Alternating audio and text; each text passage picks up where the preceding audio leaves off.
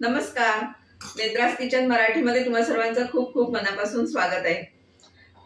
5 मिनिटात रेसिपी करायला कोणाकोणाला आवडतात. आजची रेसिपी खास त्यांच्यासाठी. आज आपण अगदी टिफिन फ्रेंडली अशी 5 मिनिटात बनणारी रेसिपी बघणार आहोत. ती म्हणजे कॅप्सिकम चीज सँडविच. साहित्य बघूया.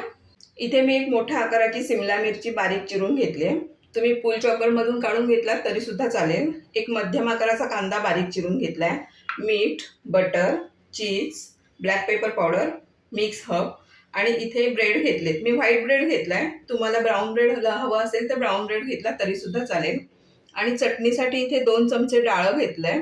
4 ते 5 लसूण पाकळ्या, आलं, 4-5 ओल्या मिरच्या घेतल्यात, अर्ध लिंबू घेतले, 10-12 पुदिन्याची पानं, हे काळं मीठ आहे, चाट मसाला आणि 1 कप भरून कोथिंबीर.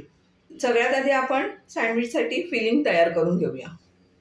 इथे एक बाउल घेतलाय. त्याच्यामध्ये सगळ्यात आधी आपण ही सिमला मिरची घालून घेणार आहोत. त्याच्यानंतर कांदा, त्याच्यानंतर हे मिक्स हर्ब आणि काळी मिरी पावडर, मीठ चवीपुरतं. आता हे चीज मी याच्यामध्ये किसून घेते. इथे सगळं चीज सुद्धा किसून झालंय. मी आता ते छान मिक्स करते असं हलक्या हाताने. आपलं फिलिंग तयार आहे. या स्टेजला तुम्ही मीठ चेक करू शकता, कारण चीज बटर सगळ्याला खारटपणा असतो, त्याच्यामुळे थोडंच मीठ घालायचं सुरुवातीला.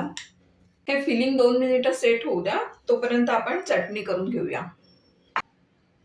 कोथिंबीर, पुदिना, मिरच्या, आलं, लसूण, हे डाळं आणि हा चाट मसाला आणि मीठ. त्याच्यामध्ये मी सफेद मीठ घालत नाहीये. लिंबू पिळून घेऊया. आता हे मी मिक्सरला बारीक करते. इथे मी ब्रेडला बटर लावून घेते आणि त्याच्यात आपण हे फिलिंग करणार आहोत.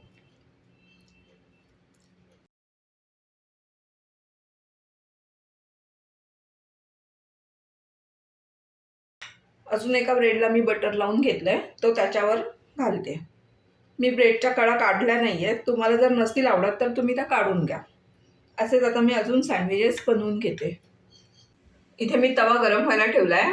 त्याला आपण थोडं बटर लावून घेऊया आणि त्याच्यावर हे सँडविच घालून घेऊया.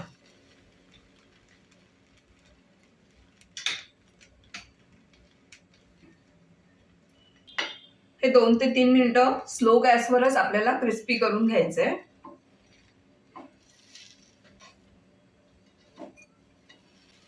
दोन ते 3 मिनिटातच छान असा गोल्डन कलर आलाय आणि क्रिस्पी पण झालाय. आता मी दुसऱ्या बाजूने पण भाजून घेते आणि मग आपण सर्व करूया. तर हे क्रिस्पी, सुपर टेस्टी आणि कमीत कमी साहित्यात होणारे सँडविचेस तयार आहेत. त्याच्याबरोबर जी चटणी आहे ती अगदी हिरवीगार राहण्यासाठी ती वाटताना 2 आईस क्यूब घालावेत. आजची रेसिपी आवडली असेल तर व्हिडिओला लाईक करा, शेअर करा, कमेंट करा आणि नेत्रास किचन मराठी या चॅनलला सबस्क्राईब करा. तसंच बाजूचं बेल आयकॉन प्रेस करायला विसरू नका. धन्यवाद.